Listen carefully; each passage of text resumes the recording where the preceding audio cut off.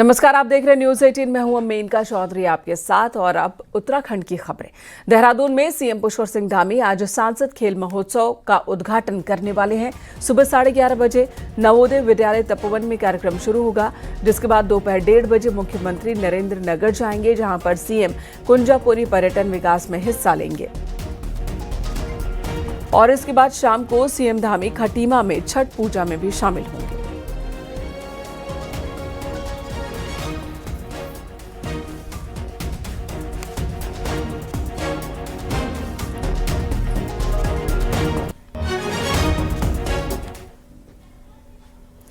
इससे पहले रविवार को सीएम पुष्कर सिंह धामी बद्रीनाथ धाम पहुंचे। भगवान बद्री विशाल के उन्होंने दर्शन किए। मुख्यमंत्री धामी ने यहां पूजन भी किया और प्रदेश की खुशहाली समृद्धि की कामना की। सीएम धामी ने कहा कि इस बार सरकार की ओर से सुरक्षा पर खास ध्यान दिया गया, जिससे बड़ी संख्या में लोग यहां पहुंचे हैं।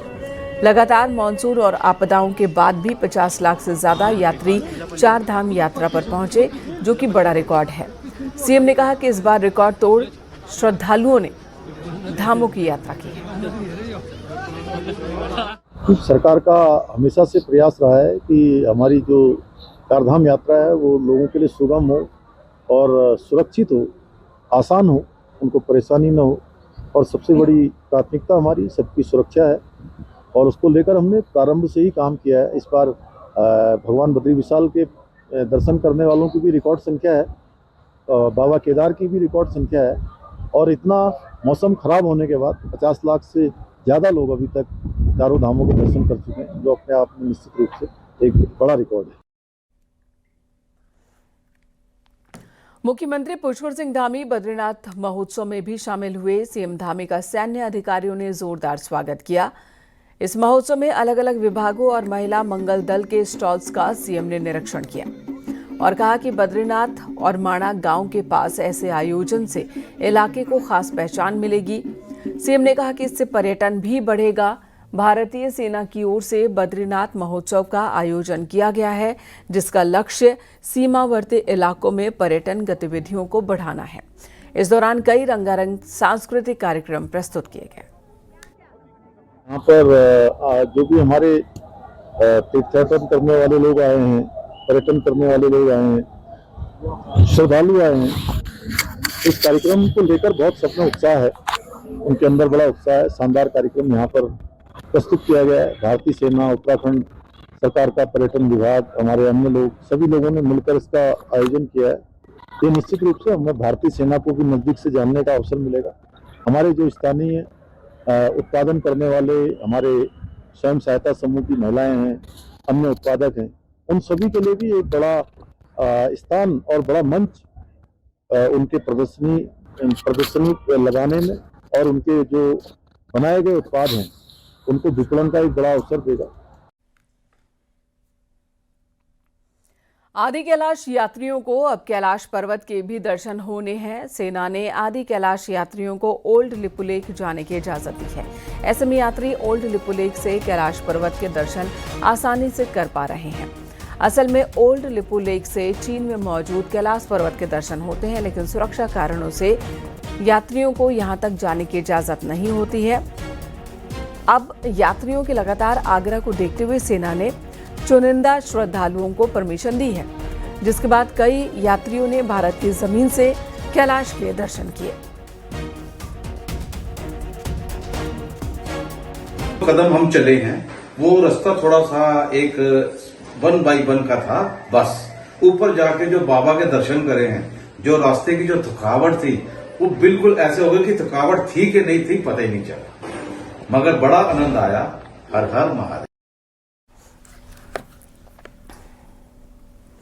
उत्तराखंड सरकार ने सेब उत्पादक किसानों को बड़ी राहत दी है। मुख्यमंत्री पुष्कर सिंह धामी ने मिशन एप्पल और अति सघन बागवानी योजना के तहत लंबित सब्सिडी जल्द जारी करने के निर्देश दिए। सरकार ने सेब बागवानी योजना के लिए साल 2025-26 में 35 करोड़ रुपए का बजट तय किया है। चीफ सेक्रेटरी आनंद वर्धन ने रविवार को कृषि सचिव समेत दूसरे अधिकारियों के साथ बैठक की।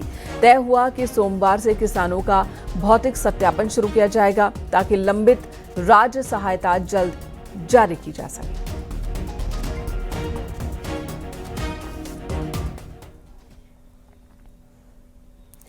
सेना की अग्निवीर योजना को लेकर शुरू से ही विपक्ष सवाल उठाता रहा है। अब उत्तराखंड में कांग्रेस इसे 2027 के चुनाव का बड़ा मुद्दा बनाना चाहती है। हालांकि सवाल यही है कि क्या कांग्रेस को इस पर समर्थन मिलेगा।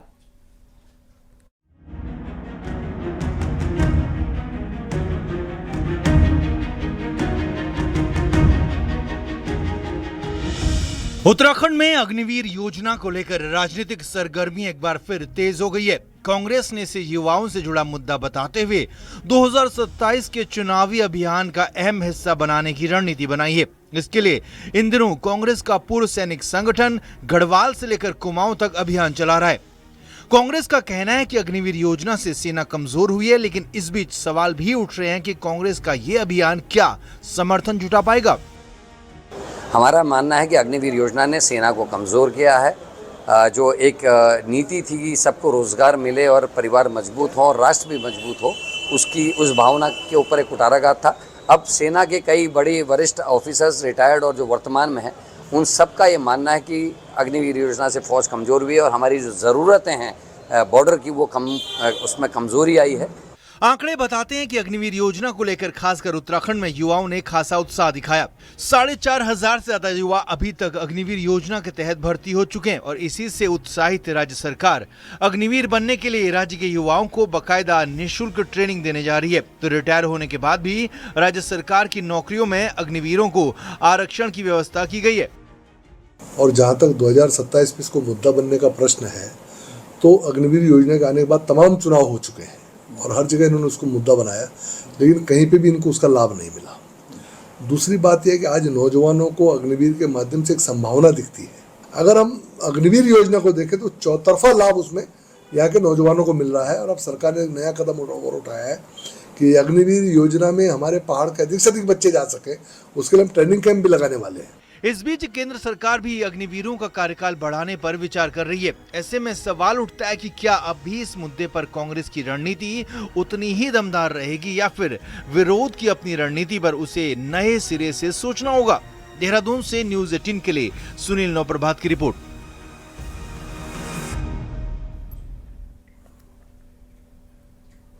ऋषिकेश के पास मुनि की रेती ढालवाला में युवक की हत्या के बाद बवाल हुआ।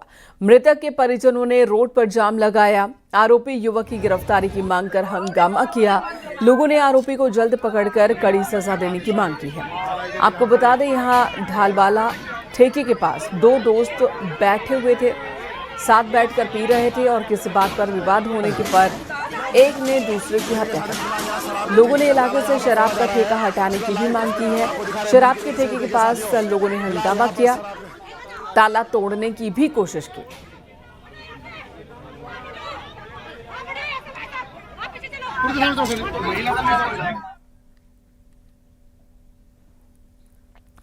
अल्मोड़ा के चौखुटिया में स्वास्थ्य सेवाओं को लेकर चल रहे आंदोलन के बाद देहरादून के लिए पदयात्रा निकाली गई। पदयात्रा रविवार को गर्मियों की राजधानी गैंडसैंण पहुंची और इस दौरान लोगों ने उसका स्वागत किया, आंदोलन को भी समर्थन दिया है। गैंडसैंण पहुंचने के बाद यहां रामलीला मैदान में वीर चंद्र सिंह गढ़वाली की मूर्ति पर माल्यार्पण किया गया।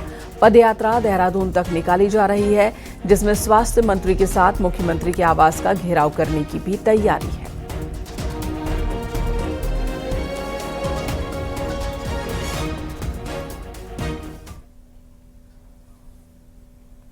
उत्तराखंड में स्वास्थ्य सेवाओं की बहाली अब बड़ा मुद्दा बन चुकी है। डॉक्टर्स की तैनाती को लेकर अल्मोड़ा के चौखुटिया में शुरू हुआ आंदोलन अब देहरादून की तरफ बढ़ रहा है और अब ये सामाजिक आंदोलन सियासी रंग लेता जा रहा है। कैसे, ये हम आपको इस रिपोर्ट में दिखाते हैं।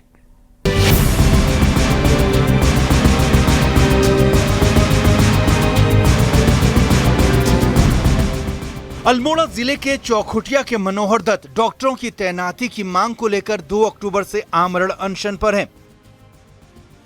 आंदोलन अब देहरादून की ओर पैदल मार्च में बदल चुका है। स्वास्थ्य विभाग ने हालात संभालने के लिए 16 अक्टूबर को देहरादून और हल्द्वानी से 2 डॉक्टरों को भेजने का आदेश दिया, लेकिन दोनों ने चौखुटिया जाने से इनकार कर दिया। इसके बाद अल्मोड़ा से 2 डॉक्टरों की तैनाती हुई, मगर स्थानीय विरोध के चलते आदेश रद्द करना पड़ा। ये सरकार ने कागजों में जारी करा होगा, हो सकता है। बाकी यहाँ पर अभी तक कोई भी डॉक्टर वगैरह ऐसे अभी तक नहीं आए और ना ही कोई ऐसी सुविधाएं यहाँ पर हुई है। यदि सुविधाएं मिलने लग जाएंगी तो हम तो अपने आप ही उठ जाएंगे। हमें बैठने के कारण किस लिए बैठे हैं यहाँ पर? हम इसलिए बैठे हैं कि जब तक कोई सुविधा ना मिले तब तक हम यहाँ पर बैठे रहेंगे। चौखुटिया अस्पताल के बहाने उत्तराखंड के पहाड़ी जिलों में स्वास्थ्य सेवाओं का मुद्दा सामाजिक बहस का केंद्र बन गया है। राज्य में करीब 2500 डॉक्टर काम कर रहे हैं और इस हिसाब से 400 डॉक्टरों की कमी है। कांग्रेस डॉक्टर्स की कमी को राज्यव्यापी आंदोलन बनाने की बात कह रही है, जबकि बीजेपी का कहना है कि यह समस्या कांग्रेस सरकार की देन है। देखिए, केवल चौखुटिया की बात नहीं है, पूरे पर्वतीय अंचल, चाहे वो गढ़वाल मंडल है, चाहे वो कुमाऊं मंडल है, वहाँ स्वास्थ्य सेवाओं का यही कमोबेश हाल है और सभी जगह लोग आंदोलित हैं। और मैं गिवाण घाटी के लोगों को धन्यवाद देना चाहता हूं कि उन्होंने एक बड़ा कदम उठाने की कोशिश की और मुझे लगता है ये पूरे प्रदेश का आंदोलन बनेगा। सब जगह स्वास्थ्य सुविधाओं की यही हालात हैं और ये लड़ाई लंबी होगी और सरकार को झुकना पड़ेगा। अगर कांग्रेस ने अपने रिजीम पे, जब ये प्रदेश बना था तब कांग्रेस की सरकार बनी थी, जब प्रदेश थोड़ा चलने लगा था तब कांग्रेस की सरकार बनी थी, इन दो सरकारों में इंफ्रास्ट्रक्चर की रीढ़ अगर नहीं तोड़ी होती तो आज ये परिस्थितियां देखने को नहीं मिलती। फिलहाल चौखुटिया के लोग सड़कों पर हैं और देहरादून की ओर मार्च जारी है। सवाल यही है, क्या स्वास्थ्य विभाग इस मर्ज का इलाज ढूंढ पाएगा? न्यूज़ 18 के लिए किशन जोशी के साथ सुनील नवप्रभात की रिपोर्ट। तो चौखुटिया में पिछले 25 दिनों से आमरण अनशन जारी है और दर्जनों लोग राजधानी देहरादून की ओर पदयात्रा पर निकल चुके हैं। अब कुछ मांगे मानी गई तो वहीं अन्य जगहों पर भी आंदोलन की तैयारी हो रही है।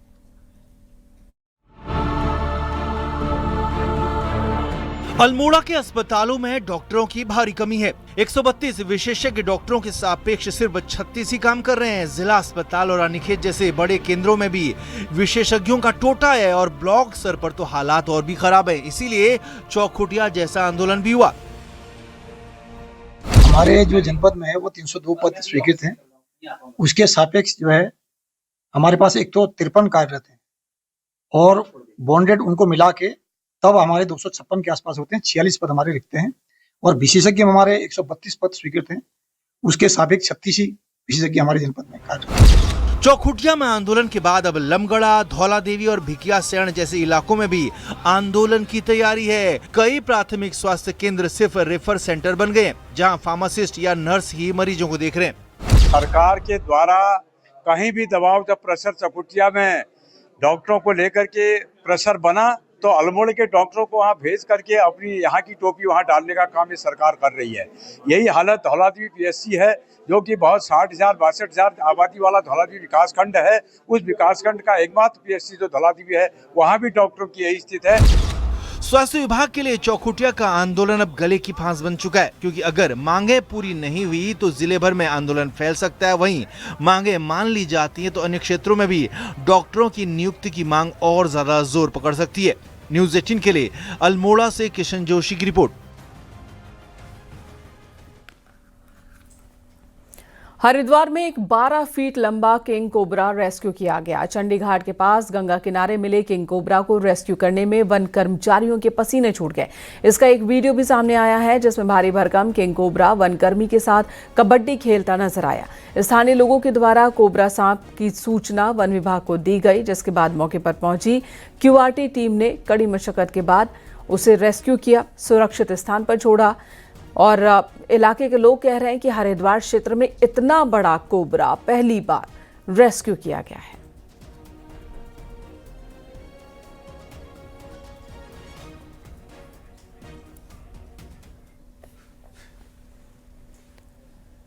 उत्तराखंड परिवहन निगम की ज्यादातर बसें खटारा हो चुकी हैं। नीलामी के लिए तैयार की गई करीब 150 बसें फिर से रूटों पर दौड़ाई जा रही हैं, लेकिन इनमें से कई ऐसी बसें भी हैं जो स्पेयर पार्ट्स की कमी की वजह से डिपो में खड़ी हैं। इसी पर आपको ये रिपोर्ट दिखाते हैं।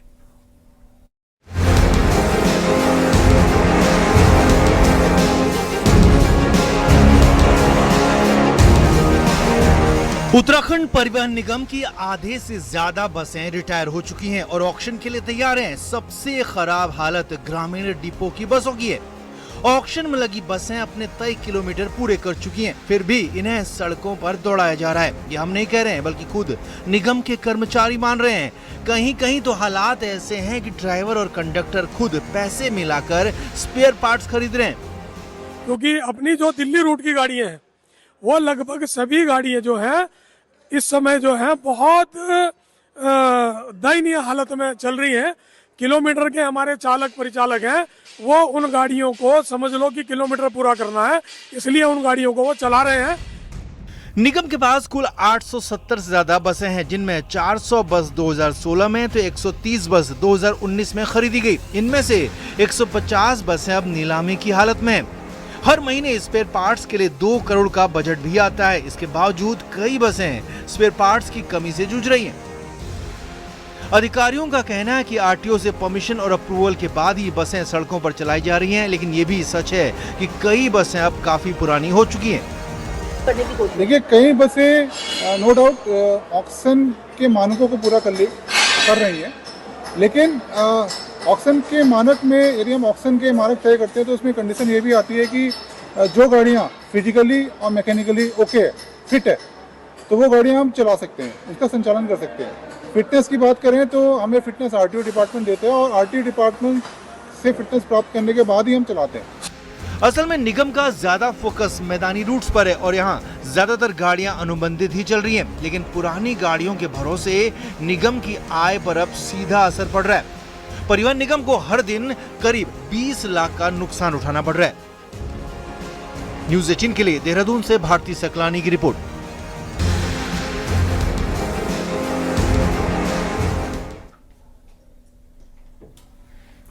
कुंभ मेला 2027 के लिए हरिद्वार में गंगा घाटों का निर्माण शुरू हो चुका है, लेकिन विभागों में तालमेल की कमी की वजह से निर्माण से पहले ही ये घाट क्षतिग्रस्त हो रहे हैं।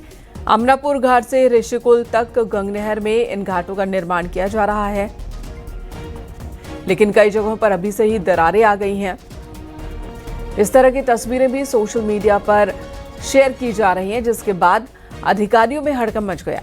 शनिवार देर शाम मेला अधिकारी सोनिका ने मौके पर पहुंचकर निरीक्षण किया। वहीं रविवार को उत्तराखंड सिंचाई विभाग और दूसरे विभाग के अधिकारियों ने भी हालात का जायजा लिया।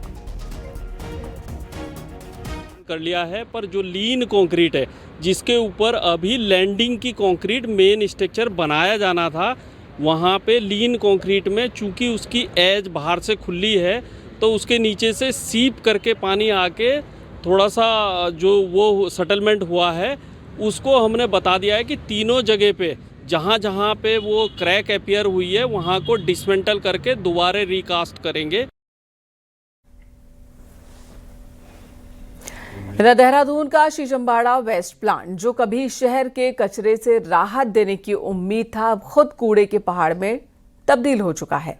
लेकिन नगर निगम ने इस समस्या को खत्म करने की नई पहल शुरू की है। इसी पर आपको ये रिपोर्ट दिखाते हैं।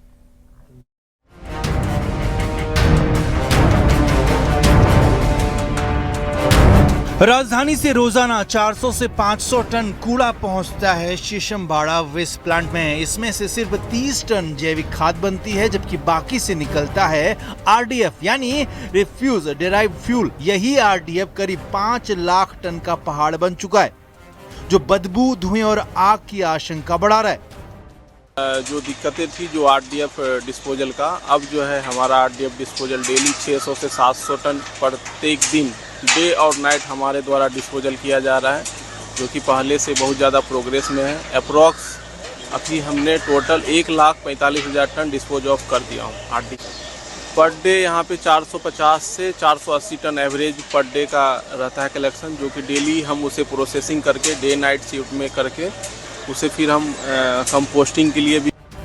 निगम का दावा है कि 2017 से आरडीएफ निस्तारण नहीं हुआ था, लेकिन अब नियमित निकासी शुरू हो चुकी है। अगले 10 महीनों में इस पहाड़ को खत्म करने का टारगेट है। फिलहाल रोजाना 500 टन आरडीएफ राजस्थान और मुजफ्फरनगर की सीमेंट फैक्ट्रियों को भेजा जा रहा है, जहां इसे ईंधन की तरह इस्तेमाल किया जाएगा। 400 से 500 मेट्रिक टन जो आरडीएफ जो है वो यहाँ से भी हम लोग जनरेट करके बाहर की जो फैक्ट्रीज हैं अन्य राज्यों में सीमेंट की फैक्ट्री उनको सप्लाई कर रहे हैं एज ए फ्यूल। उसका टारगेट हमने कंपनी को भी दे रखा है कि उन्हें जो है अगले साल जो जून तक जो है बरसात के सीजन से पहले इसे निस्तारित करना आवश्यक हो। शीशमबाड़ा प्लांट कभी उम्मीद था, अब चुनौती बन गया है। निगम की ये कोशिश सफल हुई तो देहरादून को जल्दी कचरे के पहाड़ से मुक्ति मिल सकती है। न्यूज़ 18 के लिए देहरादून से सत्येंद्र बर्तवाल की रिपोर्ट। इधर नैनीताल से लेकर कैंची धाम तक का जाम पुलिस और प्रशासन के लिए टेंशन अभी से देने लगा है। कई घंटों के इस जाम से निजात दिलाने के लिए कोई भी ठोस इंतजाम अभी तक नहीं हो पाए हैं। परेशानियों का सामना न सिर्फ श्रद्धालुओं को करना पड़ रहा है, बल्कि अल्मोड़ा, बागेश्वर, पिथौरागढ़ के यात्रियों को भी कई घंटे जाम झेलनी पड़ रही है। हालांकि कुमाऊं रेंज की आईजी रिद्धिमा अग्रवाल ने नैनीताल पुलिस को निर्देश दिए हैं कि नैनीताल और कैंची धाम में यातायात पुलिस को लगाने के साथ ही अन्य जिलों से आने वाले फोर्स भी मंगाए जाए। जाम की समस्या से लोगों को राहत मिले, शॉर्ट टर्म और लॉन्ग टर्म प्लान पर काम किया जाए। अभी कैंची धाम में आपने देखा होगा जो इस साल मेला भी हुआ था, वहाँ पर भी हमने शटल सर्विसेज स्टार्ट की थी। परंतु ये शटल सर्विसेज हम कुछ समय जो इम्पॉर्टेंट डेज होते हैं जहाँ पर अधिक भीड़ होती है उस दौरान स्टार्ट करते हैं। हमें ये शटल सर्विसेज को अगर हम पीपीपी मोड में ले आएँ और ये निरंतर यहाँ पर चलाई जाएँ, एक रेट निर्धारित किया जाए सरकार की ओर से, तो शायद ये पर्यटकों के लिए भी आसान होगा और साथ ही साथ एडमिनिस्ट्रेशन और पुलिस के लिए मैनेजमेंट भी ईजी होगा। अभिनेत्री और मॉडल उर्वशी रौतेला नैनीताल में है। नैनीताल पहुंची फिल्म अभिनेत्री उर्वशी रौतेला ने न सिर्फ पहाड़ी खाने का आनंद लिया, बल्कि यहां खरीदारी की, नैनी झील में बोटिंग भी की। इससे पहले उर्वशी अल्मोड़ा के जागेश्वर धाम पहुंची, चितई, गोलजीऊ और कैंची धाम के दर्शन किए और उनका कहना है कि पहाड़ से हमेशा लगाव रहा है और इसलिए यहाँ आकर सिर्फ पहाड़ी खाना ही खाती हैं। पहाड़ों में फिल्म की शूटिंग पर उर्वशी ने कहा कि यहाँ के लोकेशंस बेहतर हैं और पंतनगर से मुंबई की दूरी कम हुई है। फिल्म निर्देशकों को भी यहाँ पर आना चाहिए और यहाँ पर शूटिंग की संख्या बढ़ानी चाहिए। हाल बचपन में नैनीताल में ही बीता। मेरी नानी जी, मेरे पूरे मौसी, मामा जी सब मतलब माय मम इज़ कुमाऊनी, तो यहाँ पे आकर के बेहद एंजॉय कर रहे हैं। जो बचपन की यादें हैं वो दोबारा ताज़ा हो गई। रामनगर में वाइल्ड लाइफ फोटोग्राफर दीप रजवार की रिंगौड़ा आर्ट गैलरी में कॉर्बेट पार्क से जुड़ी कई तस्वीरें हैं जो कई लोगों को वन्य जीवों के संरक्षण का संदेश दे रही हैं। कॉर्बेट प्रशासन भी दीप राजवार द्वारा की जा रही वाइल्ड लाइफ फोटोग्राफी की कायल है। कॉर्बेट प्रशासन की माने तो उनकी आर्ट गैलरी कई बच्चों, युवाओं के साथ ही समाज को संरक्षण के लिए प्रेरित करने का काम कर रही है। वाइल्ड लाइफ ट्रस्ट है, इन्होंने एक आर्ट गैलरी है रिंगौड़ा में। ये इन्होंने अपने जो वर्षों का इनका अनुभव है उसके हिसाब से इन्होंने बनाई है और जो क्षेत्र के जो नए बच्चे हैं या ये वाइल्ड लाइफ वीक के दौरान इसका रिंगौड़ा आर्ट गैलरी का विजिट करते हैं, इससे कहीं ना कहीं जो बच्चे हैं उनमें वाइल्ड लाइफ कंजर्वेशन के प्रति जो अलग जगा रहे हैं, इसमें दीप रजवार जी का एक मैं मानता हूँ कि महत्वपूर्ण योगदान है। चमोली में भारत चीन सीमा के पास देवताल में अब कड़ाके की ठंड का दौर शुरू हो चुका है। पवित्र देवताल इन दिनों पूरी तरह से बर्फ से ढका हुआ है, जहां पर धार्मिक मान्यता के साथ साथ प्रकृति के इस मनोरम दृश्य को देखने के लिए भी बड़ी संख्या में लोग पहुंच रहे हैं। यहाँ के तापमान की बात की जाए तो -20 डिग्री तक तापमान है। ये झील समुद्र तल से 18,000 फीट की ऊंचाई पर है। भगवान बद्री विशाल की